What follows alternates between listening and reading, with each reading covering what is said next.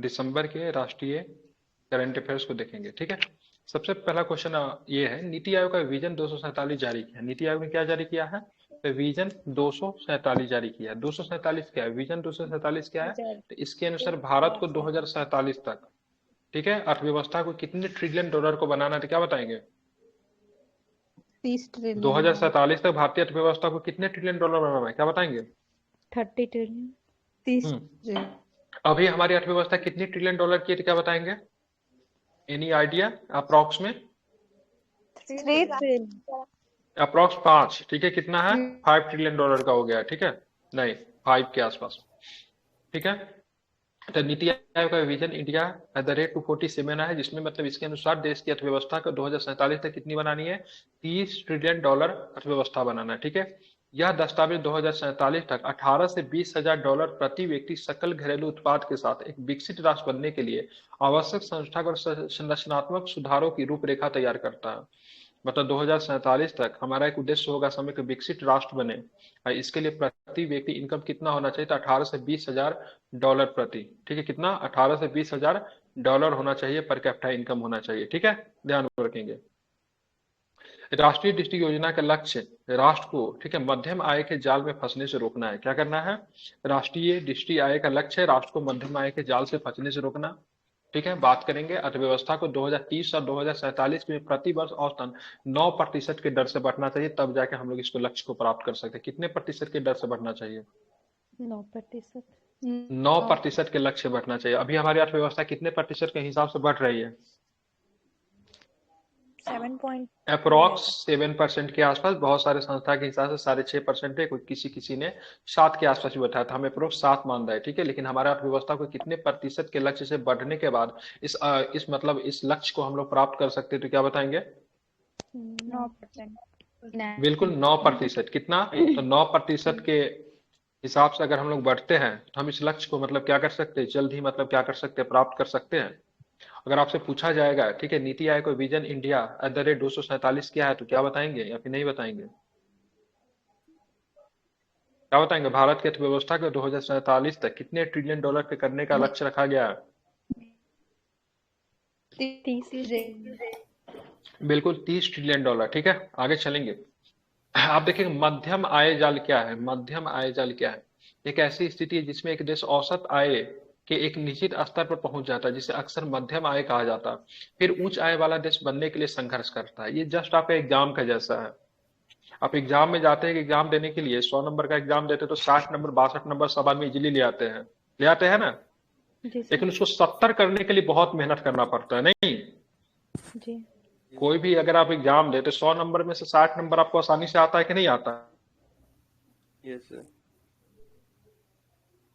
तो उसी को, ठीक है, उसी को 65 है, फिर 65 से 70 करने के लिए बहुत मेहनत करना पड़ता है। यही एक मध्यम आय जाल जो होता है ना, एक ऐसी स्थिति होता है जो देश की औसत आय एक निश्चित स्तर पर पहुंच गई। हम लोग का सबका औसत आय जो है, ठीक है, अगर मंथली की बात करेंगे तो 15,000 20,000 के आसपास है, ठीक है, सबका, ठीक है, 15,000 के अप्रोक्स में तो लगभग लोगों का है। लेकिन अगर उसी को अगर फिर से उसको ऊपर करना है, 25,000 30,000 करना है, तो उसको मतलब पहुंचने में मतलब क्या, काफी संघर्ष करना पड़ता है। इसको बोलते हैं मध्यम आय जाल। चुनौती की बात की, इससे चुनौतियां क्या क्या है? बढ़ती उत्पादन लागत का, ठीक है, प्रतिस्पर्धात्मक में गिरावट। निम्न मध्यम वाली आय अर्थव्यवस्था की बात करेंगे। निम्न मध्यम आय वाली अर्थव्यवस्था यूएसडी 1036 और मतलब, ठीक है, यूएसडी मतलब बात करेंगे तो 4045 है, ठीक है, मतलब किसके रेंज में है? मिनिमम 1036 और मैक्सिमम कितना है? 4045। उच्च वाला का कितना है? 4046 से लेके, ठीक है, 1200, ठीक है, 12,535, 35। ठीक है। तो इतना मतलब रखा गया अमेरिकन डॉलर के लक्ष्य निर्धारित किया। 1036 से लेके 4045 निम्न मध्यम आय वाली अर्थव्यवस्था। उच्च की बात करें कितना है, तो 4046 से लेके कितना है? 12,535 अमेरिकन डॉलर। समझ रहे हैं ना? ये सारी चीज आपको देखने को मिलती है। अभी दिक्कत नहीं होना चाहिए, अगर कम से कम बोला जाएगा अगर आपसे, तो मध्यम आय जाल क्या है इकोनॉमिक्स के टर्म में अगर पूछ देगा, तो वहां पे लिखा है कि ऐसी स्थिति जिसमें एक देश औसत आय के एक निश्चित स्तर पर पहुंच तो गया है, लेकिन उसको मध्यम आय कहा जाता है, फिर उसको उच्च आय तक पहुंचने के लिए उसको काफी अधिक संघर्ष करना पड़ता है। वैसे कंडीशन को मध्यम आय जाल कहा जाता है। समझ रहा है? जी सर। अब चलेंगे, भारतीय नौसेना के 8 जवानों की मौत हो गई, कैसे हुई है?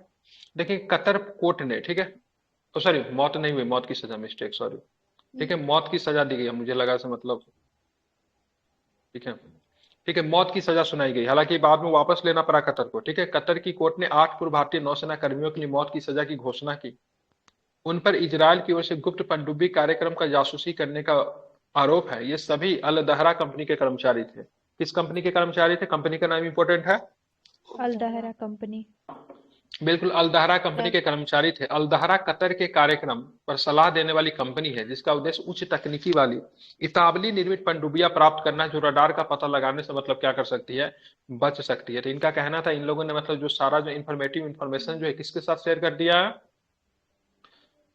तो इजराइल के साथ शेयर किया है, इसलिए मतलब इन पे 8 जवानों की मौत की सजा सुनाई गई। हालांकि हमारा डिप्लोमेटिक नीति इतनी अच्छी है, हमने अपना डिप्लोमेटिक नीति के तहत, ठीक है, इनको वहां से अभी एक तरह से मौत का सजा तो इनका समाप्त हो गया है। एनसीईआरटी के सोशल साइंस पैनल ने, ठीक है, इंडिया की जगह भारत करने की सिफारिश की।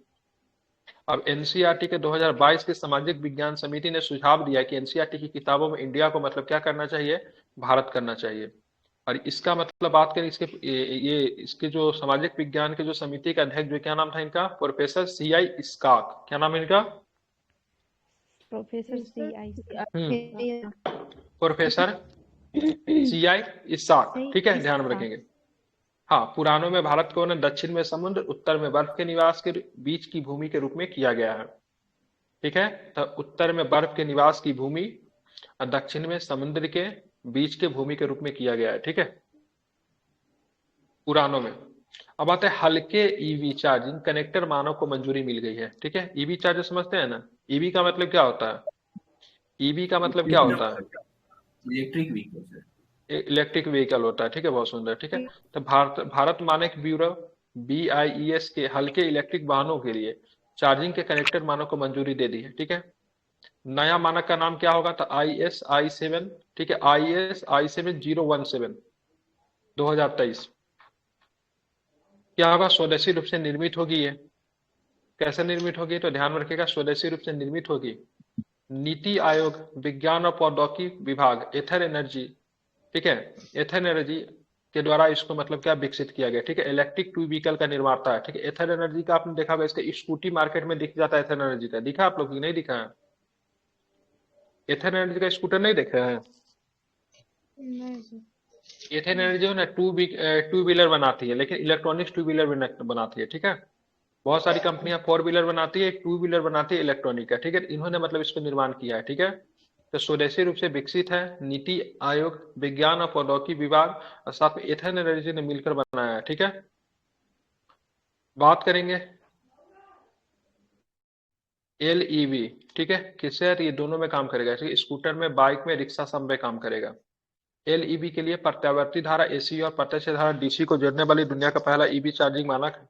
लाभ की बात करें किसे मिलेगा, तो इसका उपयोग विभिन्न प्रकार के EV मॉडल और चार्जिंग इंफ्रास्ट्रक्चर प्रदाताओं के द्वारा इसका मतलब प्रयोग किया जा सकता है। मतलब कैरी करना क्या होगा, इजी हो जाएगा। बनाया किसने? सो इसके नाम ध्यान में रखिएगा, नीति आयोग विज्ञान और प्रौद्योगिकी विभाग, और साथ में कौन सा एक कंपनी है जो कि 2 व्हीलर बनाती है, उसका नाम क्या है? Ethane energy. क्या नाम है उसका? एथर एनर्जी। Ethane energy. ठीक है, उसके बाद गोवा मैरीटाइम कॉन्क्लेव हुआ है, उसका चौथा संस्करण आयोजित किया गया है। ठीक है, तो गोवा मैरीटाइम कॉन्क्लेव का 2023 का चौथा संस्करण भारतीय नौसेना द्वारा नेवल फॉर कॉलेज गोवा के, ठीक है, तत्वावधान में, ठीक है, गोवा मैरीटाइम कॉन्क्लेव का चौथा संस्करण आयोजित किया गया है। सम्मेलन में, ठीक है, Comoros, Bangladesh, Indonesia, Madagascar, Malaysia, Maldives, Mauritius, Myanmar, Seychelles, Singapore, Sri Lanka और थाईलैंड समेत, ठीक है, 12 हिंद महासागर देशों ने प्रतिनिधित्व किया। सारे के सारे देश है हिंद महासागरीय देश कहलाते हैं। ठीक है, ध्यान में रखेंगे, समझ रहे हैं ना? और सबके सब बात करेंगे, या तो आपको कहाँ पे होगा, ये सबके सब ज्यादातर जो होगा आपको एशिया में ही होगा। 1-2 कंट्री श्रीलंका में, 1-2 कंट्री यहाँ पे अफ्रीका में पड़ता है। जैसे बात करेंगे मॉरिशस, आपको अफ्रीका में पड़ता है। ठीक है, रक्षा मंत्री राजनाथ सिंह ने अपने संबोधन में कैदियों की दुविधा की अवधारणा का उल्लेख किया है। रक्षा मंत्री ने आम समुद्री चुनौतियों से निपटने के लिए हिंद महासागर क्षेत्र में बहुराष्ट्रीय सहयोग समन्वय ढांचे की आवश्यकता तथा क्षेत्रीय सुरक्षा और समृद्धि बढ़ाने के लिए रक्षा क्षेत्र में आत्मनिर्भरता का महत्व पे भी मतलब जोर दिया है। अगर आपसे पूछा जाएगा गोरा मैरीटाइम कॉन्क्लेव का कौन सा संस्करण हुआ, तो क्या बताएंगे? चौथा संस्करण। चौथा नंबर पे हुआ, ठीक है, बिल्कुल ठीक है। ध्यान रखिए कौन कौन कंट्री ने पार्टिसिपेट किया था, सारे के सारे वैसे देशों ने पार्टिसिपेट किया जिनकी सीमा अखबार, इसको हिंद महासागरीय कंट्री कहा जाता है, ठीक है, इंडियन ओशियन के कंट्री। अब यहाँ पे क्या है, कैदी की दुविधा क्या है, ठीक है, यह निर्णय विश्लेषण में, ठीक है, विरोधाभास है जिसमें दो कैदी को अलग अलग पूछताछ कक्ष में समान सवाल पूछे जाते हैं, ठीक है, ध्यान में इसको रखना है। गोवा मैरीटाइम कॉन्क्लेव, याद रखिएगा। मच्छरों के नमूनों में जीका वायरस मिला है, ठीक है, मच्छरों के नमूने में क्या मिला है, जीका वायरस मिला। कहाँ पे मिला है ये, तो क्या बताएंगे? बेंगलुरु। बेंगलुरु कर्नाटक की बात करेंगे तो वहां से मच्छरों के नमूने में आपको क्या देखने को मिला, तो आपको जीका वायरस आपको देखने को मिला है। जीका वायरस मुख्य रूप से एडिज मच्छरों के द्वारा फैलता है, ये बहुत इंपॉर्टेंट फैक्ट है। जीका वायरस किस प्रकार के मच्छरों के द्वारा फैलता है? एडिज मच्छर। एडिज मच्छरों के द्वारा फैलता है, जो कि ज्यादातर दिन के दौरान काटते हैं। यही मच्छर डेंगू, चिकनगुनिया और पीला बुखार फैलाता है, ठीक है। एडिज मच्छर केवल एक ही बीमारी के नहीं, ठीक है, होलसेलर के रूप में मतलब थोक में सप्लाई करता है डिजीज को, ठीक है। इसमें से डेंगू हो गया, चिकनगुनिया हो गया, पीला बुखार, सबका कारण की बात करें कौन सा मच्छर है? एडिज मच्छर है, ठीक है। बात करेंगे जो मच्छरों के नमूने, जीका वायरस सबसे पहले कहाँ पे इंट्रोड्यूस हुआ था? तो सबसे पहले युगांडा में, ठीक है, रिसस नामक बंदर में पाया गया। किसमें पाया गया था? रिसर्च बिल्कुल, रिसस मकाक बंदर में पाया गया है, रिसस में, ठीक है, कहाँ पे? युगांडा में। हाँ, रिसस मकाक में तो हम लोग वो जो ब्लड ब्लड ग्रुप पढ़ते हैं वो वाला आता है। हाँ तो आता है ना, तो उसी से वो उसका बंदर का ही वैरायटी है, ठीक है। रिसस मकाक बंदर का ही टाइप्स है, ठीक है। सबसे पहले युगांडा में रिसस मकाक बंदर में पाया गया था कौन सा डिजीज? जीका वायरस, ठीक है। जीका वायरस ये गर्भावस्था के दौरान, ठीक है, यौन संपर्क, रक्त प्रदान आदि माध्यम से मां से भ्रूण तक भी फैल जाता है, ठीक है। तो प्रेगनेंसी के दौरान, ठीक है, यौन संपर्क और रक्त आदान के माध्यम से मां से लेकर भ्रूण तक मतलब फैलता है। इसकी रोकथाम के लिए अभी तक कोई टीका नहीं है। आपको यही प्रश्न गलती करवा सकता है, बताएंगे, ठीक है, क्या बताएंगे? जीका वायरस के लिए कोई टीका है क्या? कोई टीका है जीका वायरस के लिए? तो किसी नहीं प्रकार सर। का टीका नहीं है, ठीक है। जीका वायरस का केस आपको कहाँ पे दिखाया गया, तो क्या बताएंगे? युगांडा में। युगांडा में नहीं, इंडिया में कहाँ पे देखा गया? पहली बार कहाँ पे देखा, सो नहीं पूछ रहा हूँ। बेंगलुरु में। बिल्कुल ठीक है, कहाँ पे देखा गया है? तो ध्यान रखिए कहाँ पे बेंगलुरु देखा गया, तो आपको बेंगलुरु कर्नाटक में देखा गया, ठीक है, बिल्कुल ठीक है। ये मच्छर, ये जीका वायरस की बात करें किस मच्छर से फैलता है, तो क्या बताएंगे? एडिज मच्छर। सभी लोग बोलिए, तभी चीजें आपको याद होगी। आपका सिलेबस बहुत वास्ट है, अगर आप नहीं बोलेंगे देन आपका सिलेबस, आप दोबारा रिवीजन करने का समय नहीं मिलता है, इसलिए क्लास में रिवीजन करने की कोशिश कीजिए। समझ रहे हैं ना हमारी बात को? ठीक है, अगर बोलने में दिक्कत है, शोर शराबा जगह पे है, तो मन में ही बोलिए, मेरे तक आवाज ना, डजेंट मैटर, ठीक है, लेकिन आपका रिपीटिशन होना चाहिए, ठीक है ना। और ये जीका वायरस से बात करेंगे, और कौन सा डिजीज हो सकता है, तो डेंगू की बात करें, चिकनगुनिया, पीला बुखार, सबको ये फैलाने का काम करता है। सबसे पहले इसको कहाँ देखा गया था, तो क्या बताएंगे? बेंगलुरु। नहीं, अब सबसे पहले युगांडा में रिसस मकाक नामक बंदर में इसको पहचाना गया था, ठीक है। चलिए आप चलेंगे तो इन्फेटाइल, ठीक है, इन्फेटाइल हाइपोफॉस्फेटिया का मरीज मिला है, ठीक है। डिजीज को सुने थे क्या? क्या नाम है डिजीज का? डिजीज का नाम क्या है? इन्फेटाइल हाइपोफॉस्फेटिस। बिल्कुल ठीक है, इन्फेटाइल हाइपोफॉस्फेटिया का मरीज मिला है। जिनका दरोगा का मेंस वगैरह है ना, उनका करंट अफेयर्स यहाँ से बाहर नहीं आएगा, ठीक है। ऑलरेडी आपका यहाँ से करंट कवर हो जाएगा। अगर वैसे तो जितना आपका पीछे पढ़ा दिया गया है, करते तो काफी करंट आपका यहाँ से कवर हो जाएगा, काफी डिटेल्स में हो रहा है, ठीक है। और जिनका भी दरोगा का मेंस वगैरह, यूपीएससी का क्वेश्चन जो रात में जो कराते हैं ना, उसको जरूर अटेंड कीजिएगा, वहां से हूबहू क्वेश्चन आपको एग्जाम में देखने को मिलेंगे। इन्फेटाइल हाइपोफॉस्फेटिया का मरीज मिला है, ये एक प्रकार का दुर्लभ बीमारी है। दुर्लभ बीमारी किसको बोलते जाता है, जानते हैं किसको बोलते हैं? जो बीमारी 1000 में से, ठीक है, 1 से 2 लोगों को होना, उसको दुर्लभ बीमारी के अंतर्गत शामिल किया गया है, ठीक है। इन्फेटाइल, ठीक है, हाइपोफॉस्फेटिया से पीड़ित पाया गया है। ध्यान रखिए, एक बच्चे को पीड़ित पाया गया इससे। यह एक दुर्लभ बीमारी है। रोगी की हड्डियां और दांत नष्ट हो जाती है। इस बीमारी में क्या होता है? हड्डी और दांत नष्ट हो जाते हैं।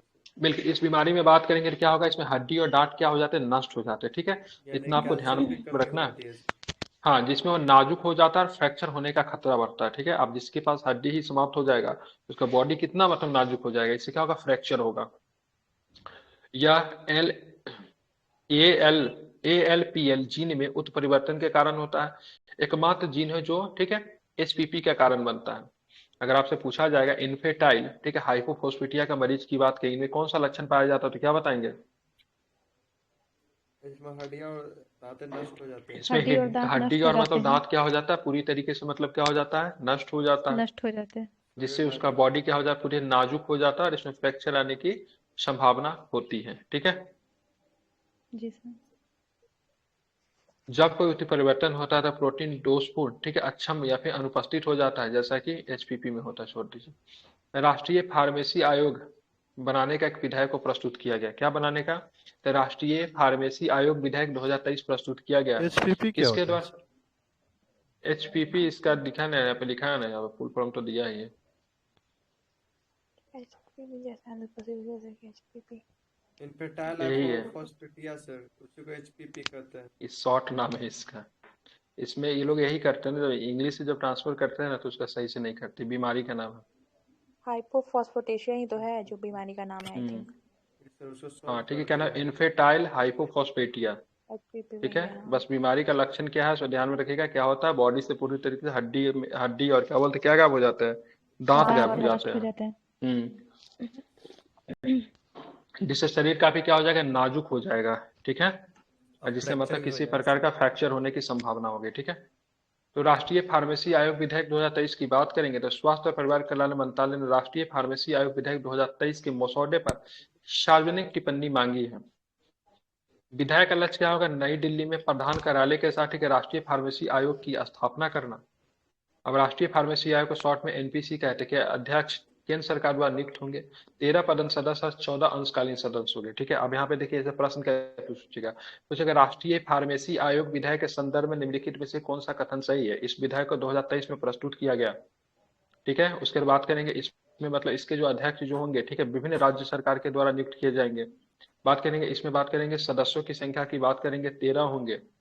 ठीक है, 13 जो की बात करेंगे, 13 सदस्य होंगे और 14 की बात करेंगे अंशकालीन सदस्य होंगे। ठीक है, इस तरह का स्टेटमेंट बनाएगा। तो इसके अध्यक्ष की नियुक्ति किसके द्वारा किया जाएगा? तो इसके अध्यक्ष की नियुक्ति केंद्र सरकार के द्वारा किया जाएगा। किसके द्वारा किया जाएगा? केंद्र सरकार के। ठीक है, 13 पदेन सदस्य होंगे और 14 की बात करेंगे अंशकालीन होंगे। पदेन सदस्य कितने होंगे? 13। 13। ठीक है, 14 की बात करेंगे तो अंशकालीन इसके सदस्य होंगे। ये भी आपको ध्यान में रखना है। ठीक है, समझ गए? मतलब यस सर। अंशकालीन मतलब कुछ समय के लिए होगा, वो हट सकता है फिर। ठीक है, नाम भर के लिए परमानेंट नहीं होगा। NPC में ध्यान में रखिएगा, इसमें एक अध्यक्ष होगा जो कि केंद्र सरकार के द्वारा नियुक्त किया जाएगा। 13 पदेन सदस्य होंगे और 14 की बात करें अंशकालीन सदस्य होंगे। ठीक है, ध्यान में रखना। पृथ्वी की कोर के लीक होने का प्रमाण मिला है। क्या प्रमाण मिला है? कोर का लीक होना। बिल्कुल ठीक है, हाल में ही अध्ययनों से पृथ्वी की कोर के लीक होने का प्रमाण आपको देखने को मिले हैं। वैज्ञानिकों ने कनाडा के बाफिन द्वीप पर, ठीक है, ज्वालामुखी चट्टानों में, ठीक है, हीलियम के दुर्लभ संस्करण जिसे हीलियम 3 कहा जाता है कि आश्चर्यजनक मात्रा का पता लगाया है। कहाँ पे? बाफिन द्वीप पे। बाफिन द्वीप किस देश में मिलेगा? बाफिन द्वीप, बिल्कुल ठीक है। ये सब चीज जो है ना, तो ध्यान में रखेंगे, प्रीलिम्स के पॉइंट ऑफ व्यू से बहुत इंपॉर्टेंट है। बाफिन द्वीप आपको कहाँ मिलेगा? कनाडा में मिलेगा। वहां पे ज्वालामुखी चट्टानों में हीलियम के दुर्लभ संस्करण जिसे हीलियम 3 कहा जाता है, तो हीलियम 3 जो हीलियम का दुर्लभ संस्करण है, ये आश्चर्यजनक मात्रा का पता लगाया है। यह इस सिद्धांत का समर्थन करता है कि पृथ्वी के कोर में उत्कृष्ट गैस का मतलब क्या हो रहा है? रिसाव हो रहा है। ठीक है, समझ रहे हैं ना? ये गैस मतलब नॉर्मली नहीं पाया जाता है। ठीक है, मतलब पृथ्वी के कोर से ही निकलता है। एक तरह का मतलब उत्कृष्ट गैस है। शोध दल ने चट्टानों के भीतर हीलियम 4 का भी पता लगाया। सामान्यतः हीलियम 4 पृथ्वी पर पाया जाता है। हीलियम 3 ब्रह्मांड में कहीं भी आसानी से नहीं पाया जाता। तो कहीं भी नहीं आसानी से पाया जाता, कहाँ से आया? कोर में से आया। पृथ्वी के नीचे से। तो यहाँ पे ये भी इंपॉर्टेंट है। ठीक है, इनमें से कौन सा हीलियम का कौन सा भाग जो है पृथ्वी पर पाया जाता है? हीलियम 4 या फिर हीलियम 3? हीलियम 4 3 ब्रह्मांड में कहीं भी आसानी से उपलब्ध नहीं होता है। ठीक है, याद रखेंगे। नहीं सर, वहाँ नहीं लिखा है। वहाँ तो लिखा है कि ब्रह्मांड में कहीं भी आसानी से पाया जाता है। ब्रह्मांड में कहीं भी आसानी से पाया जाता है। हीलियम 4 पाया। हीलियम एक 4 गलत पाया लिख दिया। जाता ठीक है, नहीं पाया जाता। सर दोनों लिखा हुआ है। हीलियम 4 भी पृथ्वी पर पाए जाते हैं लिखा हुआ। एक पृथ्वी है, एक ब्रह्मांड है। देखिए ना सर। यहाँ पे नहीं छूटा हुआ है। इस जगह मेरे को पृथ्वी लग रहा है यहाँ पे नहीं होना चाहिए, ठीक है। नहीं होगा सर, ब्रह्मांड में तो पृथ्वी भी आएगा कहीं ना। से पाया जाता है, कहीं भी आसानी से नहीं पाया जाता। इसका इंग्लिश चेंज कर लीजिए, आई थिंक इसमें नहीं होना चाहिए। ठीक है, एक बार देख लीजिए इसमें इंग्लिश क्या है। ठीक है, क्योंकि ये दुर्लभ है, जो कि दुर्लभ गया तो वही होता है। रेडोन वगैरह क्या दुर्लभ में आते हैं ना। रेडोन पर पाए जाते हैं क्या पृथ्वी पे, अर्थ पे पाए जाते हैं रेडोन? नहीं, सर कब मिलता है रेडोन? अर्थक्वेक के के टाइम पे। आने के बाद। आप लोगों ने महसूस किया है रेडोन को? नहीं नहीं किए, करना चाहते हैं? नहीं नहीं करना चाहते, अच्छा ठीक है। देख लीजिएगा कि इंग्लिश वर्जन चेक कीजिए तो क्या लिखा हुआ है उसमें। कर दिया सर। अच्छा, गूगल करके देखें ना, is that helium 3 found on earth. ठीक है, पृथ्वी का चट्टानी भाग हिलता है और संवहन करता है, जैसे जैसे चूल्हे के ऊपर पानी गर्म होकर ऊपर उठती है, ठंडी होती है, डूब जाती है। ठीक है, शीतलन चरण के दौरान हीलियम वायुमंडल में और फिर ठीक है अंतरिक्ष में खो जाता है। ठीक है, तो सर देखिएगा यहीं पे। एक्सट्रीमली ठीक है, रेयर बता रहा है, नहीं है, एक्सट्रीमली डूब रेयर भी है। जाती है सर, डूब भी जाती है नहीं, ये पृथ्वी। अत्यंत दुर्लभ बता रहा है हीलियम 3 को। मतलब क्या बोल रहा है, जैसे आपने मतलब पृथ्वी के नीचे का स्थिति कैसा, पानी को देखे खौलते हुए। हम्म। तो पृथ्वी का चट्टानी भाग हिलता और संवहन कर, जैसे चूल्हे के ऊपर पानी को चला, पानी क्या था ऊपर ऊपर नहीं खौलते रहता है, मतलब क्या हो जाता है नीचे डाउन हो जाता, फिर खोलता है, फिर नीचे डाउन हो जाता है। तो उसी तरीके की बात है। थोड़ा सा इसमें ना इंग्लिश से हिंदी करता है नहीं सब पीडीएफ को, तो थोड़ा सा हिंदी लैंग्वेज के साथ थोड़ा ये लोग थोड़ा सा नाइंसाफी कर देता है, इसलिए दिक्कत होती है। हीलियम 3 की बात, हीलियम 4 है ना, हीलियम 4 तो पाया जाते हैं, हीलियम 3 एक्सट्रीमली रेयर है। ठीक है, मतलब नहीं पाया जाता है। ठीक है, चलिए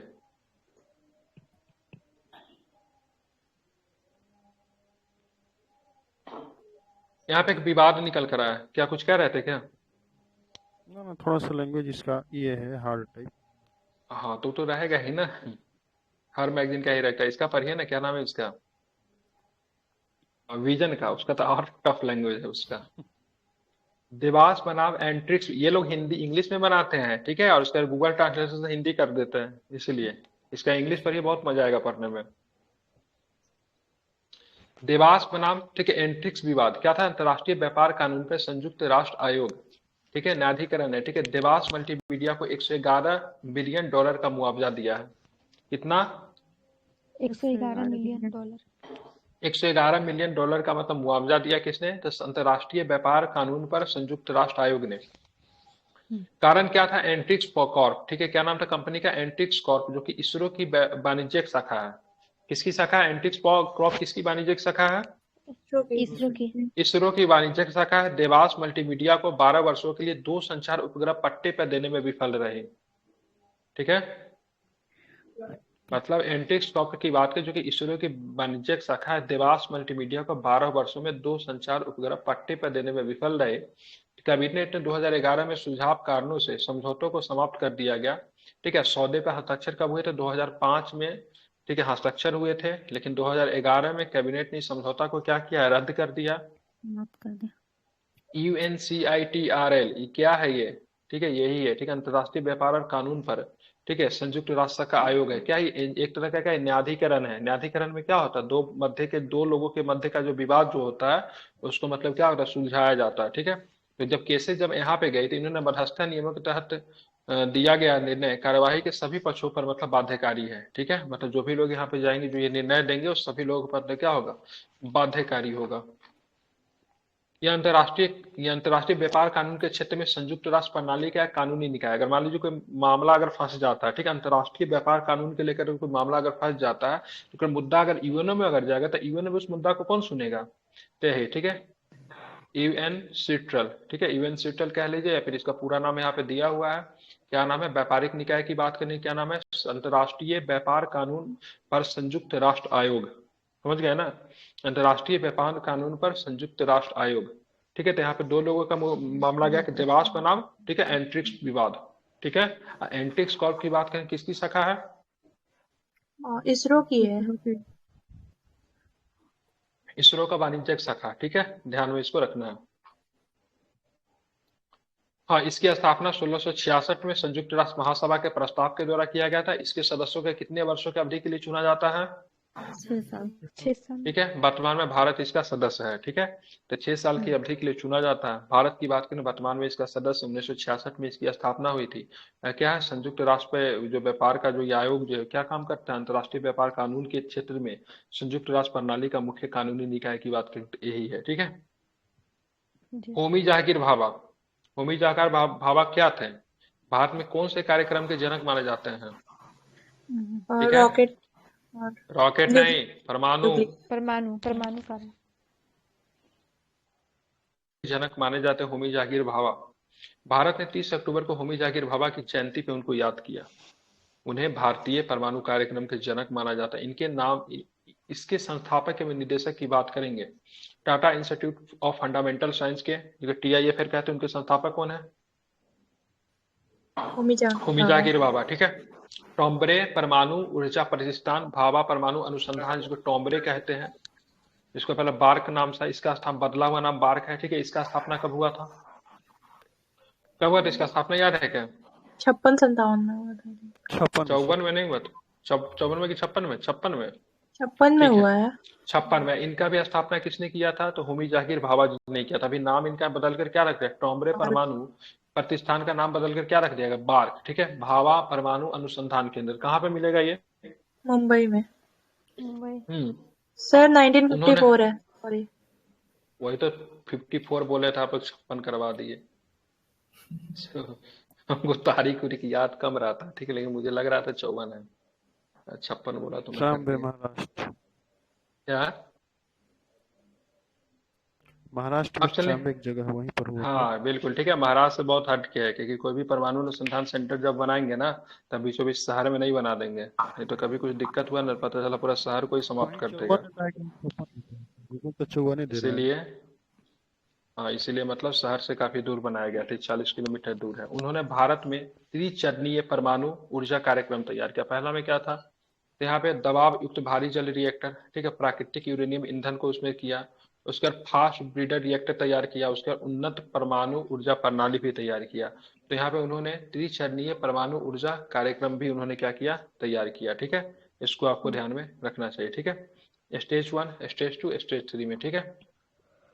इनका मृत्यु बहुत ही संदिग्ध स्थिति में हो गया था। सही कारण क्या था इनके मरने का पता नहीं चला। कहते हैं इनकी हत्या करवाई गई थी। ठीक है। चलिए, तो क्लियर हो गया। ठीक है। मतलब इनका मतलब क्या, 30 अक्टूबर को होमी जहांगीर भाभा की जयंती मनाया गया, ध्यान में रखिएगा। परमाणु कार्यक्रम के जनक माने जाते हैं। संस्थापक की बात करें, संस्थापक में निदेशक थे। ठीक है। TIFR का मतलब Tata institute of fundamental research, Trombay परमाणु प्रतिष्ठान एवं बार्क जिसका वर्तमान में नाम है। आप चलेंगे। ठीक है। वास्तविक समय पर्यावरण पर संचार सक्षम करना। ठीक है। वास्तविक समय पर्यावरण पर संचार सक्षम, जिसको इनकॉर ऐप, संक्षेप में बोलेंगे इनकॉर ऐप। इनकॉर ऐप को किसने डेवलप किया? किसने डेवलप किया इनकॉर ऐप को? किसने किया डेवलप इनकॉर ऐप को? चुनाव आयोग ने किया है। ठीक है। एक चुनाव आयोग। ठीक है। चुनाव आयोग ने एक और किस ऐप को डेवलप किया है? विजिल। विजिल ऐप को। ठीक है। ध्यान में रखेंगे। ठीक है। भारतीय चुनाव आयोग ने इनकॉर के माध्यम से उम्मीदवार और चुनाव प्रबंधन के लिए इन हाउस सॉफ्टवेयर डिजाइन किया है। यह, ठीक है, यह रिटर्निंग अधिकारियों के लिए डाले गए वोटों को, ठीक है, डिजिटाइज करके, ठीक है, राउंड वार वोट को सारणीबद्ध करने के लिए एक गिनती की विभिन्न वैधानिक रिपोर्ट निकालने के लिए एंड टू एंड एप्लीकेशन है, मतलब सुरक्षित भी है। ठीक है। बस आपको ध्यान में रखना है, इनकॉर ऐप को चुनाव आयोग द्वारा विकसित किया गया, इसको आपको ध्यान में रखना है। ठीक है। सुप्रीम कोर्ट ने राज्यपाल के विरुद्ध रिट याचिका, सुप्रीम कोर्ट में राज्यपाल के विरुद्ध रिट याचिका क्या था? यहाँ पे देखेंगे, सुप्रीम कोर्ट ने एक रिट याचिका में कहा कि राज्यपाल विधानसभा द्वारा पारित विधेयक को रोक कर नहीं रख सकती है। क्या कहा है रिट में? सुप्रीम कोर्ट ने एक रिट याचिका में कहा कि राज्यपाल विधानसभा द्वारा विधेयकों को रोक कर नहीं रख सकती है। राज्यपाल को यह राज्यसभा के सवाल उठाना संवैधानिक रूप से वैध नहीं है। वैध नहीं कि अध्यक्ष ने सदन के स्थगन पर अपने अधिकार क्षेत्र का उपयोग कैसे किया। राज्यपाल या तो विधेयकों पर सहमति दे सकता है, अनुमति रोक सकता है और पुनः विचार करने के लिए संदेश के साथ उन्हें वापस भेज सकता है या उन्हें राष्ट्रपति के पास भेज सकता है। राज्यपाल की बात करेंगे तो क्या होता है कि राज्य का संवैधानिक प्रमुख होता है। राज्यपाल का पद किसमें है? 150 2 पे। 2 में कि 3 में? 3 में। ठीक है, ध्यान में रखेंगे। ठीक है, इसका कर्तव्य संवैधानिक चिंता के मामलों पर सरकार का मार्गदर्शन करना भी है। ठीक है, ध्यान में रखेंगे। ठीक है, चलिए तो बात करेंगे राज्यपाल के बारे में, थोड़ा सा ध्यान में रखिएगा। तो यहाँ पे अगर सुप्रीम कोर्ट ने एक रीट जारी किया है, तो सुप्रीम कोर्ट ने राज्यपाल के विरुद्ध मतलब रीट याचिका जारी की है। सुप्रीम कोर्ट ने एक रीट याचिका में कहा कि राज्यपाल विधानसभा द्वारा पारित विधेयक को रोक कर नहीं रख सकती। हालांकि राज्यपाल या तो विधायक को अपना सहमति दे सकता है, रोक सकता है, या फिर पुनः विचार करने के लिए संदेश को उन्हें वापस भेज सकता है, या फिर ठीक है उन्हें राष्ट्रपति के पास भी भेज सकता है अगर उनको महत्वपूर्ण मामले के लगे तो। ठीक है, राज्यपाल का पद क्या है? एक प्रकार का संवैधानिक पद है। मुख्यमंत्री का पद संवैधानिक है कि नहीं है? नहीं है। नहीं है? हाँ, संवैधानिक प्रमुख संविधान क्या किया गया है तो संवैधानिक होगा। पर संवैधानिक है, वर्णन उप किया गया है। मुख्यमंत्री, उप प्रधानमंत्री, इन सब का पद संवैधानिक नहीं है। ठीक है, मंत्री का पद संवैधानिक नहीं होता है। ठीक है, ध्यान में रखिएगा। मुख्यमंत्री का पद, प्रधानमंत्री का पद संवैधानिक होता है। ठीक है, मंत्री का नहीं होगा। नहीं, मंत्री का पद संवैधानिक नहीं होता है। गृह मंत्री, वित्त मंत्री, सब का पद संवैधानिक नहीं होता। ठीक है, कोई भी मंत्री का पद संवैधानिक नहीं होगा। और मंत्री परिषद बोलेगा तो सर? मंत्री परिषद है, मंत्री परिषद का चर्चा है, बिल्कुल। मंत्री परिषद का सदस्य मंत्री होता है ना, मंत्री का पद संवैधानिक नहीं होता। कहाँ पे देखे सब वित्त मंत्री संविधान का इस आर्टिकल्स में होगा? देखे कहीं पे लिखे हुए? गृह मंत्री होंगे, लिखा है? नहीं, मंत्री परिषद लिखा है। मंत्री परिषद मंत्री लिखता है। से, हाँ बिल्कुल ठीक है, मंत्री का पद संवैधानिक नहीं होता। तीर में नवाचार सब संवैधानिक है। उपराष्ट्रपति, राष्ट्रपति, राज्यपाल, प्रधानमंत्री, ठीक है, मुख्यमंत्री, लोकसभा स्पीकर, है, महान्यायवादी, चुनाव आयोग, वित्त आयोग, ये सब संवैधानिक है। ठीक है, चलिए उप मुख्यमंत्री, उप प्रधानमंत्री, ये सब नहीं होता संवैधानिक। आप देखें, तीर में नवाचार और स्टार्टअप विस्तार की बात करें, उदय को लॉन्च किया गया। लॉन्च किया अटल इनोवेशन मिशन नीति आयोग है। तो अटल इनोवेशन मिशन किसका है? नीति आयोग का मिशन है। ठीक है, इसके तहत तीर में नवाचार और स्टार्टअप विस्तार को लॉन्च किया गया है। यह कार्यक्रम किसके द्वारा चलेगा? तो भारत और ऑस्ट्रेलिया के सर्कुलर इकोनॉमी, प्रौद्योगिकी और समाधानों पर काम करने वाले स्टार्टअप और छोटे से मध्यम आकार के एमएसएमई जिसको बोलते हैं, का समर्थन करेगा। तो तीर में नवाचार स्टार्टअप विस्तार, जिसको उदय के नाम से दिया गया है। ठीक है, किसके? अटल इनोवेशन मिशन नीति आयोग के साथ। ठीक है, कौन सा देश मिलकर काम करेगा? तो भारत और ऑस्ट्रेलिया। ठीक है, लेकिन इसमें भारत की तरफ से सहयोग किसकी होगी? तो नीति आयोग की सहयोग होगी। IRCT, ठीक है, IRCT की बात करेंगे, भारत गौरव पर्यटक ट्रेन शुरू करेगी। IRCT का फुल फॉर्म क्या होता है? Indian railway catering and tourism corporation. बिल्कुल, Indian railway catering and tourism corporation. ठीक है, ध्यान में रखेंगे। और ये ध्यान में रखिएगा। और ये मतलब कब बनी थी ये?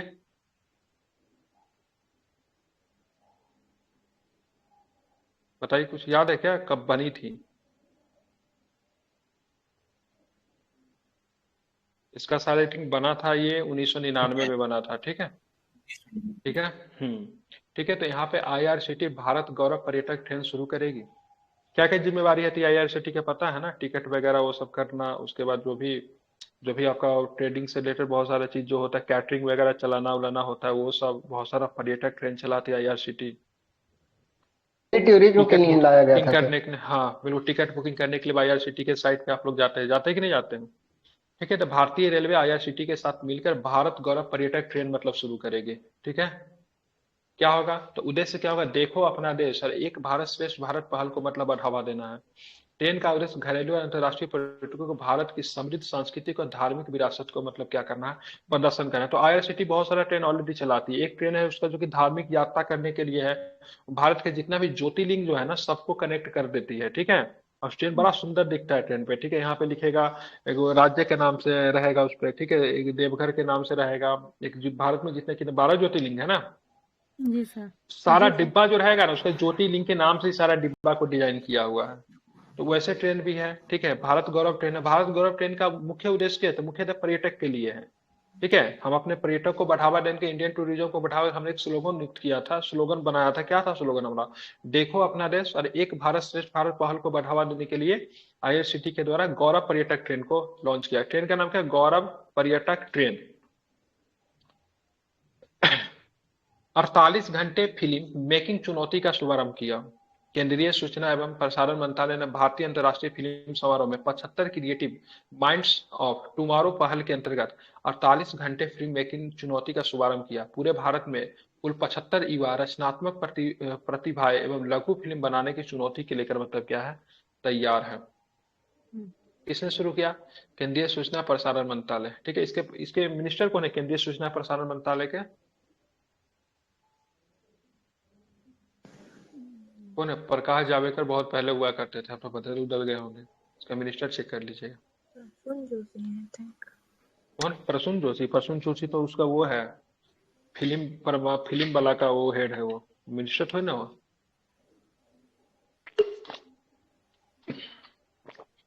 ब्रॉडकास्टिंग मिनिस्टर सर्च कीजिए ना, इंफॉर्मेशन एंड ब्रॉडकास्टिंग मिनिस्टर जिनके पास है। एयरगन समर्पण अभियान की बात करें कि पहल शुरू किया गया। अरुणाचल प्रदेश सरकार की एयरगन समर्पण अभियान पहल को यूनेस्को के अंतर्राष्ट्रीय सम्मेलन में ठीक है प्रस्तुत करने के लिए वन्यजीव संरक्षण पर भारत की सबसे सफलता की कहानी के रूप में चयनित किया गया है। ठीक है, बायोस्फीयर रिजर्व पर यूनेस्को का अंतर्राष्ट्रीय सम्मेलन हाल में ही मलेशिया के सबा में आयोजित किया गया। तो कहाँ पे किया गया है? मलेशिया का सबब। यूनेस्को का अंतर्राष्ट्रीय सम्मेलन कहाँ पे होगा? मलेशिया के सबा में। ठीक है, यही लास्ट आज का ही रहेगा। ठीक है, एयरगन समर्पण अभियान राज्य सरकार के ठीक है पर्यावरण, वन और जलवायु परिवर्तन विभाग की एक पहल है। इस योजना के तहत लोगों को पक्षियों एवं अन्य जंगली जानवरों को मारने के लिए इन बंदूकों का उपयोग को रोकने के लिए स्वेच्छा से अपनी एयरगन और लाइसेंस प्राप्त बंदूकें सरेंडर करने के लिए आमंत्रित किया गया था। मतलब आपको क्या करना, एयरगन समर्पण अभियान चलाया गया था। मतलब इससे जानवर वगैरह को मार देते हैं ना लोग, तो यहाँ पे अरुणाचल प्रदेश की सरकार के द्वारा एक प्रोग्राम को चलाया गया। तो भाई साहब सभी लोग अपना क्या करो, अपना राइफल, अपना एयरगन को मतलब क्या करो, क्या करो, समर्पण कर दो। समर्पण करो। ठीक है, समझ गए? जी सर। चलिए, कार्यक्रम आधारित के तौर पे 17 मार्च 2021 को पूर्वी कामेंग जिले में ठीक है लुमडुंग में लॉन्च किया गया था। कामेंग कहाँ पे पड़ता है? अरुणाचल प्रदेश में पड़ता है। ठीक है, टोटल कितना करंट अफेयर्स है इसमें? 26 है। क्या करवा ये देता पेज हूँ? ठीक है, कल हाँ इस पे इसको करवा देता हूँ, ज्यादा नहीं। विकसित भारत संकल्प यात्रा शुरू किया है पीएम मोदी ने बिरसा मुंडा की जयंती पे। बिरसा मुंडा जी की जयंती कब होता है? 15 नवंबर। 15 नवंबर 1875 के मौके पर विकसित भारत संकल्प यात्रा शुरुआत की। ठीक है, कौन सी यात्रा? विकसित भारत संकल्प यात्रा की शुरुआत 15 नवंबर को शुरू किया गया मोदी जी के द्वारा। ठीक है, बिरसा मुंडा जी की जयंती पर। यात्रा का उद्देश्य क्या था? लोगों तक पहुंचकर जागरूकता पैदा करना, कल्याणकारी योजनाओं का लाभ दिलाना। उन्होंने खूंटी में ठीक है उन्होंने खूंटी में विकसित भारत संकल्प यात्रा के तहत ठीक है IECC बैन को हरी झंडी दिखाई। सूचना, शिक्षा और संचार,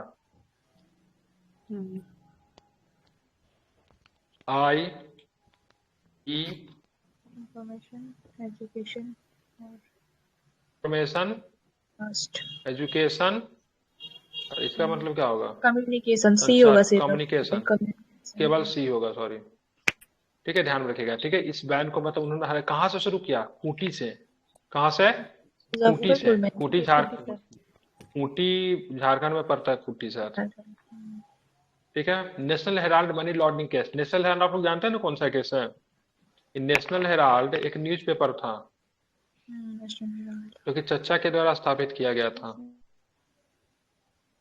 ठीक है, नेहरू जी के द्वारा स्थापित किया गया था, लेकिन नेहरू जी के अलावा उसमें उस समय के बहुत सारे स्वतंत्रता सेनानी जो थे ना, फ्रीडम फाइटर, उनका भी इसमें शेयर था। ठीक है, तो ईडी ने नेशनल हेराल्ड मनी लॉन्ड्रिंग मामले में 751 करोड़ रुपए से अधिक की संपत्ति को जब्त कर लिया। क्या था? नेशनल हेराल्ड समाचार पत्र की शुरुआत मोतीलाल नेहरू ने की थी। ठीक है, ध्यान रखेंगे। समाचार पत्र के प्रशासक ठीक है एसोसिएटेड जर्नल लिमिटेड और इनकी होल्डिंग कंपनी यंग इंडियन के खिलाफ धन शोधन निवारण अधिनियम 2002 के तहत अंतरिम आदेश जारी किया गया। इसका बहुत कहानी। यंग इंडियन कंपनी जो है ना, इसको कंपनी को बनाया था सोनिया गांधी ने। इस कंपनी में मुख्यतः जो सारा शेयर जो है सोनिया गांधी, राहुल गांधी और मतलब क्या नाम उनके बेटी का नाम क्या उनका है। और मतलब यंग इंडियन कंपनी के द्वारा नेशनल हेराल्ड कंपनी को खरीद लिया गया। क्यों खरीद लिया गया? तो नेशनल हेराल्ड कंपनी का कुछ पैसा जो था यंग इंडियन कंपनी के बाकी था, कुछ पैसा। ठीक है, 5 या 10 करोड़ के कुछ था अप्रॉक्स में। ठीक है, उसी तरह यंग इंडियन कंपनी के द्वारा पूरे नेशनल हेराल्ड को ही मतलब क्या कर लिया गया, ले लिया गया। क्या? तो ये मतलब सारा चीज जो था मतलब क्या था, एक विवादित था। ठीक है, तो उसके बाद में ईडी ने मतलब इस पर ध्यान आकर्षित किया और मतलब 2015 में इसको लेकर मतलब ट्रायल मतलब शुरू हुआ था। इस ट्रायल पर सुब्रमण्यम स्वामी नाम के बीजेपी का नेता जानते थे, उन्होंने मतलब इन सारे मामला को खोला था। दिसंबर 2015 में ट्रायल कोर्ट ने इस मामले में सोनिया गांधी और राहुल गांधी को मतलब क्या की थी, जमानत भी दे दी थी। ब्रह्म कुमारी द्वारा राष्ट्रीय शिक्षा अभियान आयोजित किया गया, ठीक है। राष्ट्रीय शिक्षा अभियान ब्रह्म कुमारी द्वारा समायोजित किया गया, ठीक है। राष्ट्रपति द्रौपदी मुर्मू ने राष्ट्रीय शिक्षा अभियान नए भारत के लिए नई शिक्षा का शुभारंभ किया। राष्ट्रपति ने कहा बरीपदा ओडिशा में अखिल भारतीय संथाली लेखक संघ के, ठीक है, 36वें वार्षिक सम्मेलन और साहित्यिक महोत्सव का उद्घाटन सत्र में भी भाग लिया। तो कहां से, तो यहाँ पे ब्रह्म कुमारी द्वारा, ठीक है, राष्ट्रीय शिक्षा अभियान आयोजित किया। किनके द्वारा, तो राष्ट्रपति द्रौपदी मुर्मू के द्वारा। और यहाँ पे राष्ट्रपति द्रौपदी मुर्मू ने राष्ट्रीय शिक्षा अभियान नए भारत के लिए नई शिक्षा का शुभारंभ किया। राष्ट्रपति ने बारीपदा ओडिशा में अखिल भारतीय संथाली लेखक संघ के 36वें वार्षिक सम्मेलन और साहित्यिक महोत्सव के उद्घाटन में भी उन्होंने पार्टिसिपेट किया। आप चलेंगे, ध्यान में रखिएगा, ओडिशा के बारीपदा जगह सब इंपोर्टेंट है। वहां पे क्या था, मोदी जी ने जो शुरू किया तो कहाँ, खूंटी से किया था। कहाँ से किया था, खूंटी से। यहाँ पे आसियाना भारत बाजरा महोत्सव कहाँ पे हुआ, जाकार्ता में हुआ। कहाँ पे हुआ है, जाकार्ता में आसियाना भारत बाजरा महोत्सव हुआ। आयोजन स्थल कहाँ पे था, तो आयोजन स्थल की बात करें जाकार्ता में था, ठीक है। मेजबान की बात करें आसियान में, ठीक है, भारतीय मिशन और कृषि एवं किसान कल्याण मंत्रालय के द्वारा। उद्देश्य क्या था, नवीन बाजरा व्यंजनों के माध्यम से पाक कौशल का प्रदर्शन करना और बाजरा आधारित खाद्य उत्पादक संगठनों और स्टार्टअप की भागीदारी को मतलब क्या करना है, शामिल करना है। बस आपको ध्यान में रखना है, ठीक है। आसियाना भारत बाजरा महोत्सव कहाँ पे हो, तो कहाँ पे हुआ है, जाकार्ता में हुआ है। कहाँ पे हुआ है, जाकार्ता में। ध्यान में रखेंगे। यहाँ पे एक और प्रश्न है, केंद्रीय ट्रेड यूनियन ने सरकार से श्रमिकों के स्वास्थ्य और सुरक्षा पर, ठीक है, ILO International Labour Organisation convention की पुष्टि करने का आग्रह किया है, ठीक है। केंद्रीय trade union, central trade union ने हाल में उत्तराखंड में, ठीक है, सिलकियारा सुरंग ढहने से आलोक में श्रमिकों की कार्यस्थल पर सुरक्षा के संबंध में अपनी चिंता व्यक्त की है। तो केंद्रीय ट्रेड यूनियन तो सिलकियारा सुरंग, कहाँ पे था ये सिलकियारा सुरंग क्यों बनाया जा रहा है, किस यात्रा के लिए बनाया जा रहा है इस सुरंग को, यात्रा के लिए। यमुनोत्री एक्सप्रेस वे है। चारधाम यात्रा में शामिल था ना यमुनोत्री एक्सप्रेस। हाँ, उसी में शामिल है यमुनोत्री एक्सप्रेस के लिए। वहां पे कितने दिन तक, दिवाली के समय से करीब 17-18 दिन तक मतलब मजदूर वहां पे फंसे थे। यहाँ पे केंद्रीय ट्रेड यूनियन ने अपना इसके लिए केंद्र सरकार को एक पत्र लिखा, उसमें केंद्र सरकार से श्रमिकों के स्वास्थ्य और सुरक्षा पे, ठीक है, ILO कन्वेंशन को पुष्टि करने का आग्रह किया है और यहाँ पे उन्होंने अपनी चिंता जाहिर की, ठीक है। भारत में ILO क्या, इंटरनेशनल लेबर ऑर्गेनाइजेशन, कहाँ पे ये, लंदन में है। एक बार चेक कीजिए ILO का कहाँ है हेडक्वार्टर, जिनेवा में ही है।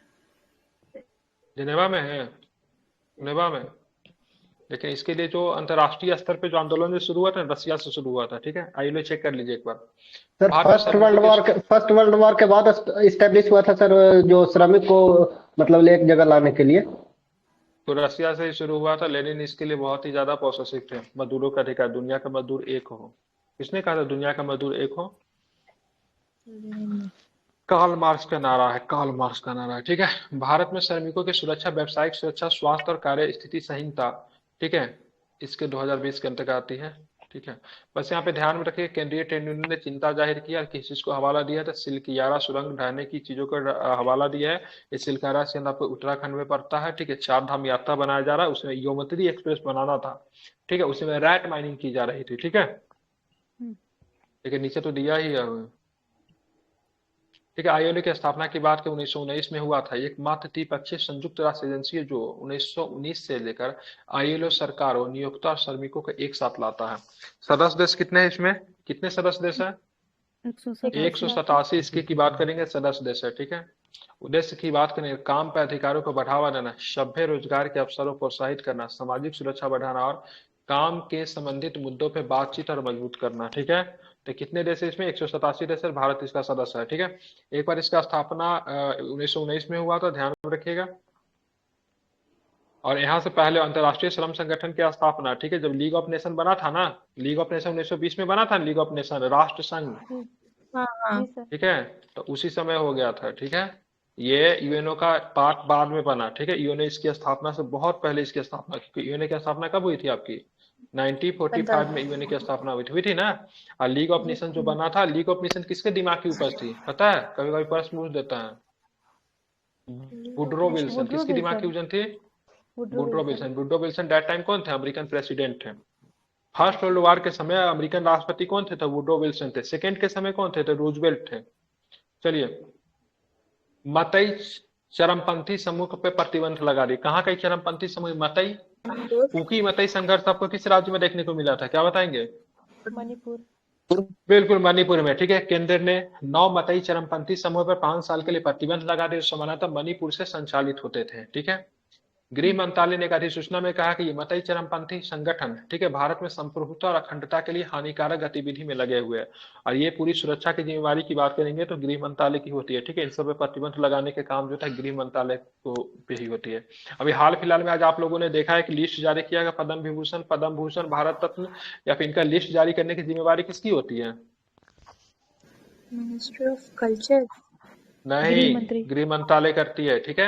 और आज आपने जो 26 जनवरी का जो परेड देखा, इस सारा परेड को संचालन करने की सारी जिम्मेवारी किसकी होती है, होम मिनिस्ट्री। गृह मंत्री। ये भी रक्षा मंत्रालय का होता है, ठीक है। ये सब प्रश्न कभी कभी पूछता है, ठीक है। व्यवस्थित मतदाता शिक्षा और चुनावी भागीदारी, ठीक है। भारत निर्वाचन आयोग ने शिक्षा मंत्रालय के साथ एक समझौता ज्ञापन पर हस्ताक्षर किया है। क्यों किया है, रीजन क्या है इसके। इनका उद्देश्य सभी स्कूलों में कक्षा 6 से 12 तक के पाठ्यक्रम में चुनावी साक्षरता को शामिल करना।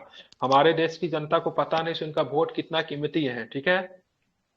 लोग इससे शिक्षित नहीं थे, शुरू से ही मतलब पाठ्यक्रम को शामिल किया जाए 6 से लेकर 12 तक के, ठीक है। इसलिए एजुकेशन मिनिस्ट्री के साथ, ठीक है, एक मतलब चुनाव आयोग ने अपना एक मतलब एमओयू किया है, ताकि मतलब क्या क्या सिलेबस में मतलब शामिल किया जाए पाठ्यक्रम में, चुनावी साक्षरता को शामिल करना है 6 से लेकर 12 तक के पाठ्यक्रम में। स्वीप कार्यक्रम, ठीक है, ये कि स्वीप कार्यक्रम, ठीक है, ईसीआई, ठीक है, तो उद्देश्य मतलब चुनाव आयोग के उद्देश्यों के अनुरूप है, ठीक है, स्वीप कार्यक्रम। स्वीप के बारे में जान लेते क्या है। तो भारत में मतदाता जागरूकता फैलाने के लिए मतदाता साक्षरता को बढ़ावा के 2009 में, ठीक है, स्वीप को लॉन्च किया गया। तो स्वीप कार्यक्रम चुनाव आयोग के द्वारा लॉन्च किया गया। इसका मुख्य उद्देश्य क्या है, चुनाव आयोग बोलते हैं निर्वाचन आयोग, वही चुनाव आयोग निर्वाचन आयोग। मुख्य उद्देश्य क्या है स्वीप का, SVEEP, क्या है इसका, मतदाता जागरूकता फैलाने। बिल्कुल ठीक है, मतदाता जागरूकता फैलाना। और इसका क्या होता है, फुल फॉर्म क्या होता है स्वीप का, systematic voter education and electoral participation. क्या होता है, systematic voter education and electoral participation, ठीक है। बोल दे रहा हूं, वैसे जरूरत नहीं, लेकिन मैं भी कहीं पूछ दे, systematic voters education and electoral participation, ठीक है। तो स्वीप कार्यक्रम जो 2009 में लॉन्च हुआ गया था, इसका दूरगामी उद्देश्य क्या है, तो मतदाताओं के बीच में मतलब क्या करना है, जागरूकता फैलाना। अब लोग क्या करते हैं गांव देहात में, 500-1000 रुपया में क्या करते हैं, कोई आया पैसा दिया मुझे वोट दे दो, दे देते हैं, ठीक। उनका वोट कितना इंपॉर्टेंट है समझ रहे, फिर उनको 5 साल के बाद ही वो चीज करने का मौका मिलेगा, कि भारत में एक लोगों के पास एक ही वोट है, तो उनको अपने वोट के इंपॉर्टेंस समझाना है। और दूसरी बात, सभी लोग वोट गिराने भी नहीं जाते। आप लोगों में से अभी तक मुझे कहने में वो भी लग रहा है, इसमें से 10 से 12 लोग ऐसे होंगे जो अभी तक आज तक वोट नहीं दिए होंगे, और उनको लगता है उनके लिए बहुत बड़ी उपलब्धि है, आई कार्ड भी नहीं होगा। तो लोकसभा 2024 के मतदान प्रतिशत को 75% तक लाना है, ठीक है। भारत जैसे देश में 90% तक मतदान होता है यूरोपियन कंट्री में, हमारे यहाँ क्या होता है 60%, 62% मतदान हो जाता है, 40-40 लोग वोट नहीं डालने आते हैं, ठीक है। तो ये एक चीज है, इसको मतलब 2024 में मतदान को किसी प्रकार से 75% लाना है, अधिक लोगों की भागीदारी होनी चाहिए। सूचित और नैतिक मतदान के संदर्भ में चुनावी भागीदारी के गुणवत्ता को बढ़ाना। मतदान कैसी होनी चाहिए, नैतिक होनी चाहिए। नैतिक मतलब आप अपने कैंडिडेट को मतलब सही से चुने, ऐसा नहीं कि पैसा दे दिया, कुछ दे दिया, तो उस माध्यम से नहीं, ठीक है। अगर दे रहा तो ले लीजिए, ठीक है, कोई दिक्कत नहीं है, लेकिन अपने दिमाग का प्रयोग करके वोट दीजिए, ठीक है। ऐसा नहीं जिसे लिए उसी को देना है, ठीक है। पैसा लेने के बाद नहीं। हाँ, उतना ईमानदारी नहीं दिखाना। अगर कैंडिडेट गलत है तो गलत है, तब तो उसको सबक मिलेगा ना, पैसा लेके भी उसको वोट मत दीजिए, ठीक है, अगर वो कैंडिडेट गलत है तो। हाँ सही है। एस फातिमा बीबी जी का निधन हो गया। क्या थी एस फातिमा बीबी, आप लोग जीके में बहुत पढ़ते होंगे, सुप्रीम कोर्ट की प्रथम न्यायाधीश थी कि मुख्य न्यायाधीश थी ये, न्यायाधीश और न्यायाधीश थी। सुप्रीम कोर्ट की महिला कभी मुख्य न्यायाधीश बनी ही नहीं है, ठीक है। क्या थी? न्यायाधीश थी। कहाँ से आती? केरल से आती थी। इनको भी मिला है ना इस बार पद्मश्री की पद्म भूषण मिला है, क्या मिला है इनको? पद्मश्री मिला है, भूषण नहीं मिला, भूषण मिला है, विभूषण नहीं। सर्वोच्च न्यायालय की पहली महिला न्यायाधीश न्यायमूर्ति एस फातिमा बीबी जी का निधन हो गया। यह देश की उच्च न्यायपालिका में नियुक्त होने वाली पहली मुस्लिम महिला भी थी। 1993 में सेवानिवृत्त होने का उन्होंने राष्ट्रीय मानवाधिकार आयोग के सदस्य और फिर तमिलनाडु के राज्यपाल के रूप में भी काम किया है। अब यहाँ पे प्रश्न फंसाएगा, पूछेगा बताइए एस फातिमा बीबी के संदर्भ में निम्नलिखित में से कौन सा कथन सही नहीं है? देश की पहली उच्च न्यायपालिका में नियुक्त होने वाली देश की पहली मुस्लिम महिला थी। इनको भारत के सुप्रीम कोर्ट के, ठीक है, बतौर पहले न्यायाधीश के तौर पे काम करने का मतलब है। भारत सरकार ने इसे 2024 में, ठीक है, पद्म भूषण से सम्मानित किया है। और ये मतलब केरल के राज्यपाल के तौर पे भी कार्य कर चुकी है। निम्नलिखित में से कौन सा कथन गलत है? तो क्या बताएंगे? केरल नहीं होगा, तमिलनाडु तमिलनाडु हो जाए। राज्यपाल के तौर पे काम की केरल से तो खुद आती ही थी, ठीक है, केरल से ही ये आती थी। अब लास्ट क्वेश्चन आज का, ठीक है, भारत यूरोपीय संघ सेमीकंडक्टर समझौता। सेमीकंडक्टर से याद आया, ठीक है, भारत सरकार ने एक ताइवान के फॉक्सकॉन कंपनी के फॉक्सकॉन कंपनी का जो सीईओ जो लीविन करके नाम है, उनको मतलब पद्म विभूषण दिया है। बहुत बड़ा मास्टर प्ले है ये, ठीक है, मास्टर प्ले अभी तक का ये। मुझे तो नहीं पता था ल्यूगन जो है फॉक्सकॉन का फाउंडर है, लेकिन जैसे मैं देखा ताइवान है तो मेरा दिमाग लगने पक्का ही फॉक्सकॉन का होगा, ठीक है। फिर मैंने उसके बारे में पढ़ा तो फॉक्सकॉन का ही था, ठीक है। फॉक्सकॉन भारत में सेमीकंडक्टर का प्लांट बैठाएगी, ठीक है। सेमीकंडक्टर नीति लाने वाला गुजरात वगैरह, महाराष्ट्र वगैरह में सेमीकंडक्टर नीति आ गया। सेमीकंडक्टर वर्ल्ड पॉलिटिक्स को बहुत अधिक प्रभावित करने वाली है और ताइवान जो है सेमीकंडक्टर में बहुत ही ज्यादा आगे है, ठीक है। इस पर चीन की भी प्रतिक्रिया आपको देखने को मिलेगी हाल फिलहाल में ही, ठीक है। तो भारत यूरोपीय संघ सेमीकंडक्टर समझौता हो गया है, ठीक है। भारत यूरोपीय संघ ने सेमीकंडक्टर प्रौद्योगिकी तंत्र में सहयोग को गहरा करने के लिए सेमीकंडक्टर आपूर्ति श्रृंखला में लचीलापन बढ़ाने के लिए समझौता ज्ञापन पर हस्ताक्षर किया है। भारत यूरोपीय संघ व्यापार और प्रौद्योगिकी परिषद की एक आभासी बैठक के दौरान समझौता ज्ञापन पर हस्ताक्षर हुआ। यूरोपीय संघ की बात करेंगे, इसकी स्थापना कब हुआ था बताइए? 1993 में। मुख्यालय कहाँ पे है? ब्रुसेल्स। ब्रुसेल्स किसकी राजधानी है? बेल्जियम की। यूरोपीय संघ में देश की संख्या कितनी है? 27। 27। इसमें कितने देशों ने यूरो को एज ए मुद्रा के तौर पर अपनाया है? 20। क्रोएशिया 20 देशों ने, ठीक है। 20 की बात करेंगे तो क्रोएशिया जो है आखिरी देश है जिसने यूरो के मुद्रा के तौर पे अपनाया है, ठीक है। तो ये सारे के सारे प्रश्न जो थे आपके, ठीक है, राष्ट्रीय से थे, ठीक है, जो मैंने करवा दी। आपको रिकॉर्डिंग मिल जाएगा। आप लोग क्या करोगे, इसको एक बार सुनकर इसको एक बार अच्छे से करने की कोशिश करेंगे। मैंने अच्छे से एक्सप्लेन कर ही दिया है। कल की क्लासेस हम लोग अंतर्राष्ट्रीय देखेंगे। अंतर्राष्ट्रीय हमारा कल का क्लास में होगा, ठीक है। कितने क्वेश्चन अंतर्राष्ट्रीय में? बहुत है, 33 है। 33 है, इधर 9 है, ठीक है। 33 हम लोग कितना हो गया अप्रोक्स 9 3 12 42 के आसपास। नहीं तो 21 कल कर लेंगे, 21 फिर दूसरे दिन करेंगे, ठीक है। दोनों को कल कवर करेंगे 8वीं अवस्था तक। आप लोग इसको पढ़ कर आ जाइएगा।